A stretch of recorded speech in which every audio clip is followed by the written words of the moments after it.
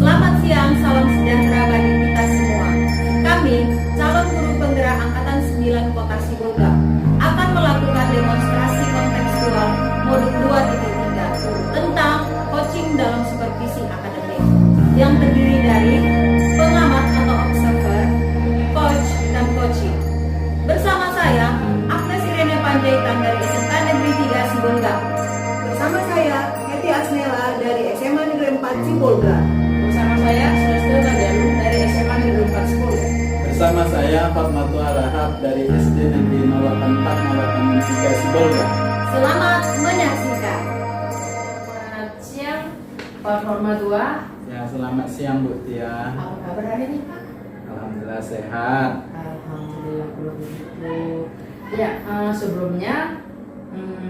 sebelum kita melakukan program coaching hari ini, kita diskusi tentang topik penilaian dulu. Iya. Ya, pada coaching kita kali ini, coach dan coachee akan saya amati dan nilai sesuai dengan penilaian. Apakah sudah sesuai dengan alur tirta atau belum? Kemudian bagaimana kita nanti memberikan pertanyaan berbobot kepada coachee kita, dan kemudian bagaimana coachee kita tersebut merespon atau menanggapi pertanyaan dari coach. Kemudian jangan lupa disesuaikan dengan prinsip coaching, diantaranya kemitraan, produk, proses, kemudian kreatif dan memaksimalkan potensi ya Pak Fatmatua ya. Nah, yang pertama yang akan saya tanyakan pada Bapak, kompetensi apa yang ingin Bapak kembangkan pada coaching kali ini? Yang ingin saya kembangkan, yang pertama ya dari coach saya ini kehadiran penuh, kemudian mendengarkan secara aktif, kemudian yang ketiga mengajukan pertanyaan yang berbobot. Itulah yang saya harapkan dari pada coach saya ini nanti. Oke, baik Pak Horma. Nah, kemudian yang terakhir ya Pak Horma ya, indikator yang bagaimana yang diinginkan oleh Bapak dalam proses coaching kali ini Pak? Indikator yang ingin saya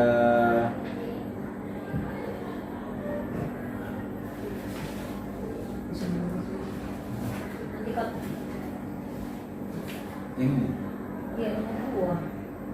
Saya ingin coach saya itu bisa menemukan solusi dari permasalahannya. Kemudian ya dia mampu membuat langkah-langkah dalam memecahkan permasalahannya. Iya, demikian Pak Horma observasi kita kali ini.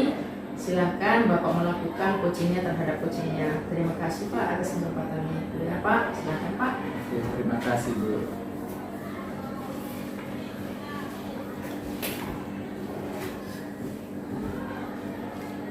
Oke Bu Agnes, selamat siang Bu Agnes. Selamat siang Pak Hotma. Oke, apa kabarnya Bu Agnes? Luar biasa sih Pak, cuma ada sedikit masalah. Oke, jadi di sini kita Bu akan ngobrol-ngobrol ya. Iya. Nah, tidak akan lama, mungkin sebentar, 15 sampai 20 menit.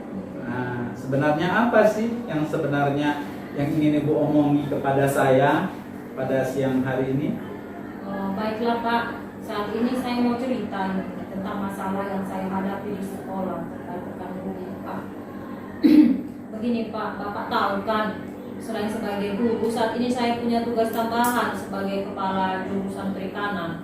Nah, sebagai kajur, salah satu tugas saya adalah membuat jadwal apel pagi di jurusan yang dilaksanakan itu setiap hari Rabu dan Sabtu, dan memastikan bahwa kegiatan apel pagi tersebut itu berjalan dengan baik Pak. Ya, bagus Bu. Namun belakangan ini Pak, ada seorang rekan guru yang tidak konsisten dalam menjalankan tugasnya sebagai pembina apel. Ini katakanlah namanya Ibu A, gitu Pak. Ya. Jadi tiap kali tiba gilirannya, ini si ibu ini selalu minta izin berhalangan hadir dengan alasan tertentu tanpa mau bertukar jadwal dengan guru lain atau berganti hari, misalnya jika berhalangan hari ini, gitu Pak. Malah kadang-kadang si guru ini tidak memberi kabar saat berhalangan hadir untuk apel. Nah, kejadian ini sudah berjalan hampir 1 semester Pak. Nah, ini yang membuat saya jadi pusing, ini kenapa sih seperti ini gitu Pak. Oke, jadi Ibu mau ngomongin tentang guru si A itu ya. Nah, ternyata yang tidak konsisten dalam menjalankan tugas sebagai pembina apel. Nah, jurusan setiap hari Rabu dan Sabtu ya Bu. Iya Pak. Itulah dilema yang saat ini sedang saya hadapi Pak. Saya tidak ingin image guru di mata anak-anak jadi rusak Pak, sehingga berpeluang untuk dicontoh, yaitu menghindari tanggung jawab. Nah, karena selain guru, ini murid juga mendapatkan tugas dalam kegiatan apel pagi, yaitu sebagai pemimpin apel Pak, membariskan barisan, kemudian memastikan bahwa semua murid sudah hadir di sana gitu Pak. Jadi di dalam jadwal itu sebenarnya selain nama guru, tertera juga nama-nama murid yang bertugas apel pagi, dan jadwal tersebut itu Pak ditempel di setiap kelas. Jadi itu kalau misalnya si guru tidak datang, mereka tahu oh Bapak ini tidak datang, tidak melaksanakan tanggung jawab. Nah ini nanti jadi peluang Pak, oh Bapak itu aja nggak datang, nah aku besok jadi pemimpin apel nggak usah datang. Nah gitu Pak. Jadi kan ada memang jadi peluang, jadi membuka kemungkinan terjadinya ketidakdisiplinan dalam menjalankan aturan atau keyakinan atau jadwal yang ada gitu Pak. Oke ya, sudah baik. Ada jadwal ya Bu, tapi jadi Ibu tidak ingin sikap tidak bertanggung yang ditunjukkan si guru A ini nantinya bisa dicontoh oleh murid ya. Nah, kenapa murid enggak gitu kan? Iya, kenapa muridnya, gurunya boleh tidak melaksanakan tugas, berarti gurunya kenapa nggak boleh? Muridnya kenapa nggak boleh? Gurunya boleh. Nah itu maksudnya Pak. Nah. Oke ya, ini jelas secara langsung itu pasti berdampak ya Bu ya, berdampak tidak baik bagi murid ya, terutama di jurusan Ibu, jurusan perikanan ya Bu ya. Iya betul sekali Pak. Saya tidak ingin jurusan kita ini dianggap jurusan yang tidak disiplin Pak. Oleh karena ini nantinya akan dihubungkan dengan kinerja saya sebagai kepala jurusan. Jadi kepala sekolah nanti menganggap ibu tidak mampu memimpin jurusan dengan baik. Buktinya apel paginya aja bolong-bolong, gurunya nggak ada yang datang, muridnya berserakan. Itu kan menjadi suatu poin penilaian kinerja saya, sehingga nanti ini menjadi berdampak ke depannya Pak. Oke ya. Tapi Ibu ingat, kita gini waktunya cuma singkat loh Bu ya. Kita ini waktunya singkat. Jadi apa sebenarnya yang Ibu inginkan dari percakapan kita ini Bu? Sebenarnya yang saya pengen sekali itu rekan saya si A ini bisa berubah Pak, menjadi tanggung jawab, lebih peduli dengan tanggung jawabnya, terutama dalam memimpin apel di jurusan perikanan. Nah terkait hal ini, yang masih saya ragu dan bimbang itu hal-hal apa sih yang bisa saya lakukan untuk mewujudkan ini Pak? Oke ya Ibu. Kemudian apa yang bisa dilakukan supaya si guru A ini lebih bertanggung jawab lah dan disiplin gitu Bu? Iya, supaya lebih disiplin dan bertanggung jawab, apa ya yang bisa dilakukan? Mungkin saya bisa ngajak si ibu ini ngobrol ya Pak, ngobrol ringan mungkin ya Pak ya. Oke ya, kalau berdasarkan pengamatan Ibu nih, kalau kita ngomong tentang bertanggung jawab dan disiplin, guru yang bertanggung jawab dan berdisiplin itu seperti apa sih menurut Ibu? Yang menurut saya itu sebenarnya guru yang bertanggung jawab itu bisa melaksanakan tugas yang diberikan oleh sekolah dengan ikhlas dan dilaksanakan dengan baik. Dimana niat untuk melaksanakan tugas tersebut muncul dari dalam diri, bukan karena takut hukuman maupun ingin mendapatkan hadiah. Namun memang semata-mata karena ingin melakukan yang terbaik. Baik, jadi ikhlas dan melaksanakan tugas dengan baik ya Bu. Nah, itulah menurut Ibu guru yang bertanggung jawab dan disiplin ya Bu ya. Iya. Yang pasti niat itu harus datang dari dalam diri kita sendiri, begitu kan Bu? Iya betul Pak.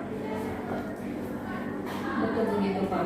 Oke ya. Nah, kalau dikatakan situasi itu di dalam level 1 sampai 10, sekarang rekan guru Ibu itu kira-kira dia di angka level berapa dia kira-kira?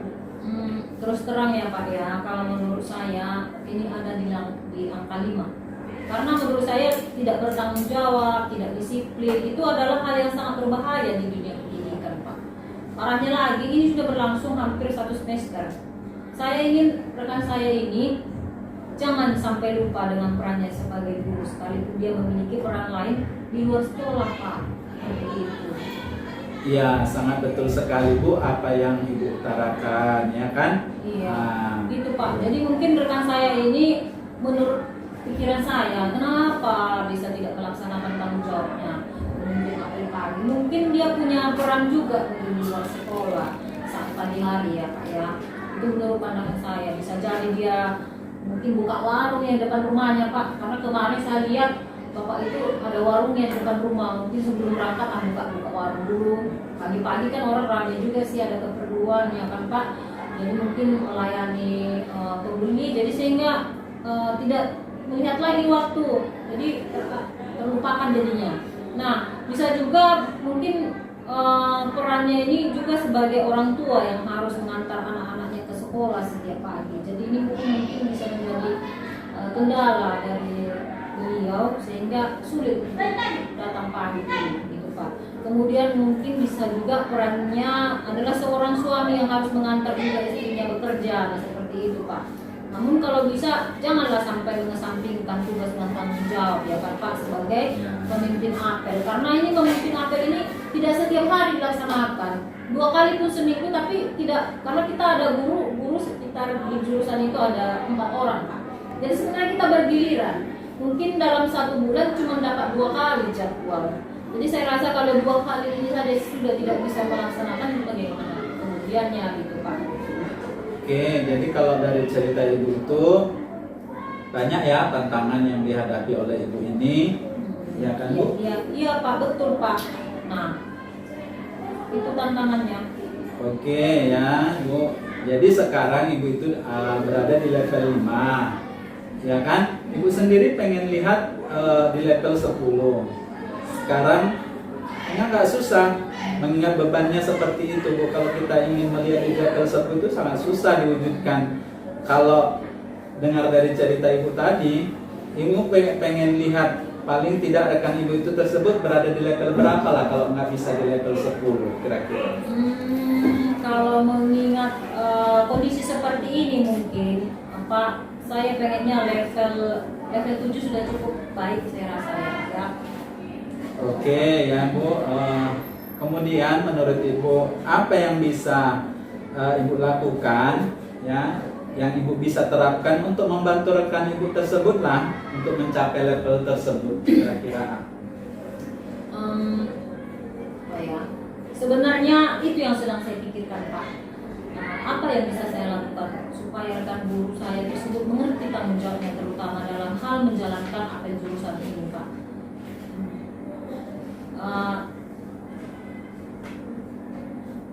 Sebenarnya mungkin saya atau kami ya butuh ruang untuk bisa berbincang. Itu menurut saya, atau berbincang yang bentuknya bisa lebih santai, tidak fokus tentang membahas tanggung jawab tadi ya Pak, tapi bisa membahas hal yang lain, bisa di ruang atau jurusan mungkin, atau boleh juga sih di kantin ya Pak ya. Kayaknya saya rasa mungkin asik ya karena bisa lebih terbuka. Kemudian nanti kita bisa ngobrol yang lain, tapi nanti akhirnya bisa diarahkan ke ngomongin masalah yang dihadapi yang menyebabkan beliau sering melalaikan tanggung jawab sebagai pembina apel jurusan, atau bisa jadi perbincangan ini gak ada hubungannya sama sekali dengan itu Pak. Jadi saya mungkin itu yang ada dalam pikiran saya. Nanti saya ajak ngomong dulu, kami minum dulu. Jadi saya ingin membangun hubungan yang baik dulu Pak dengan Oke, itu sangat bagus sekali Bu. Apa yang rencana yang Ibu lakukan itu, ya kan? Itu sudah sangat bagus sekali. Iya, jadi seharusnya ada tempat atau ruang dan waktu yang harus disiapkan untuk kami bisa berbincang seperti ini, Pak. Jadi kira-kira Ibu butuh waktu nggak? Gitu. Butuh waktu nggak khusus untuk ngobrol dengan Ibu itu sehingga Ibu bisa lah leluasa gitu. Iya, ngobrol yang sifatnya membangun hubungan pertemanan yang positif dan menyadarkan rekan saya tersebut, Pak. Jadi atau ngobrol tentang keluarga, bisnisnya mungkin yang digeluti saat ini, atau pengalaman lain yang nggak ada hubungannya dengan pekerjaan. Itu yang saya mungkin sedang pikirkan mau saya laksanakan. Jadi Ibu berharap bisa ngobrol, bercerita tentang pekerjaan, ya kan, dan lain-lain, atau apa saja yang tidak ada hubungannya dengan pekerjaan. Bagaimana Ibu bisa melihat kemungkinan ini bisa dilakukan oleh Ibu? Bagaimana kira-kira? Bisa sih sebenarnya, misalnya saja istirahat pembelajaran ya Pak ya, atau setelah pulang sekolah, atau bisa juga kok dilakukan di waktu-waktu senggang lah, ketika jam pelajaran kosong seperti itu. Seharusnya bisa. Yang penting waktunya diatur aja, saya yakin bisa. Asal bisa meluangkan waktu, mungkin saya rasa bisa dijalankan Pak. Oke ya, kalau dalam bayangan Ibu, ya kan, waktunya itu bakalan seperti apa kalau ini terjadi? Oh, bisa bentuk bincangnya berdua dengan santai di ruang jurusan sambil minum teh dan makan cemilan. Bisa juga berbincang di kantin sekolah biar lebih asik dan terbuka, Pak. Bisa membahas masalah pekerjaan, masalah keluarga dan lain-lain. Oke, jadi itu sudah ya, itu rencana Ibu. Kapan kira-kira Ibu akan menjalankan aksi ini, kemudian berbincang-bincang dengan rekan Ibu itu? Kapan kira-kira? Kemungkinan dalam waktu dekat ini lah Pak. Kemungkinan dalam waktu dekat ini Pak. Oke ya, bagus sekali Bu. Ya, saya berharap sih Bu Agnes bisa melaksanakannya, ya kan? Kira-kira ada nggak lagi yang masih mengganjal ataupun yang ingin Ibu sampaikan lagi, gitu kan? Supaya pembicaraan kita ini Bu bisa kita akhiri gitu kan, dengan pertemuan kita ini. Ada nggak kira-kira? Saya rasa cukup ya Pak. Terima kasih banyak atas waktu yang Bapak berikan. Saya sudah menemukan solusi atas masalah saya dengan berbincang-bincang kepada Bapak. Semoga nanti solusi ini bisa saya terapkan di depannya ya Pak ya. Oke Bu, selamat siang ya Bu. Iya, terima kasih Bu. Pak, selamat siang. Tidak lagi ya Kak nanti ya. Selamat siang Bu. Selamat siang Pak. Selamat siang. Kak nanti Pak. Bilang. Selamat siang Bu. Selamat siang Pak. Terima kasih ya Pak. Ya, sama-sama Ibu.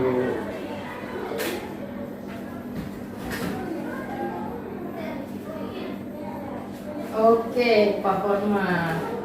Setelah saya tadi melihat proses coachingnya, sangat luar biasa ya Pak ya, sangat luar biasa. Saya lihat sudah mengembangkan 3 kompetensi inti tadi, yaitu yang pertama sudah melakukan penghadiran penuh dengan mendengarkan secara aktif. Kemudian yang kedua, pertanyaan yang Bapak sampaikan sudah berbobot. Terbukti tadi saya lihat Bu Agnes sudah menemukan solusi dari permasalahannya. Yang ketiga, sudah melakukan tahapan kita, yaitu ada tujuan, kemudian identifikasi masalah, rencana aksi, dan tanggung jawab. Baiklah, Pak Horma, demikian pertemuan kita kali ini ya Pak ya. Selamat siang, selamat beraktivitas Pak Horma. Oke, terima kasih Bu. Selamat siang.